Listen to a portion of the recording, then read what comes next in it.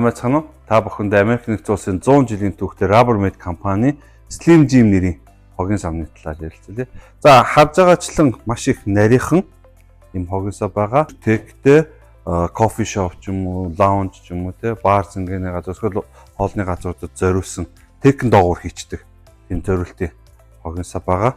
За бас нэг давуу талыг хэлэх юм бол хоорондоо ийм тоноглолоор холбоочулсан. За чинь энэ хоёрыг ингээд холбочихсон байна. Хажуу талд нь холбогддог ийм тоноглолууд мөн түнчлэн техник доор байгалуулчаад бүгдийг нь ингээд яг өнгийн зүйлсээр тоноглож болдог. Ийм учраас хогийг ялган ангилж хаяхад зориулагдсан юм бүтээгдэхүүн байгаа.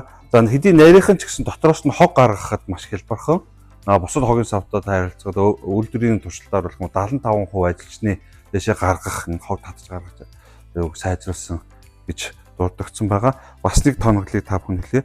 Техник доорох тийм дугуйтай нэр хийчих юм бол доороос нь хогоо гаргаад түрээр гаргаад хасгахад юм хялбархан юм нарийнхан өндөр хогийн сав байна.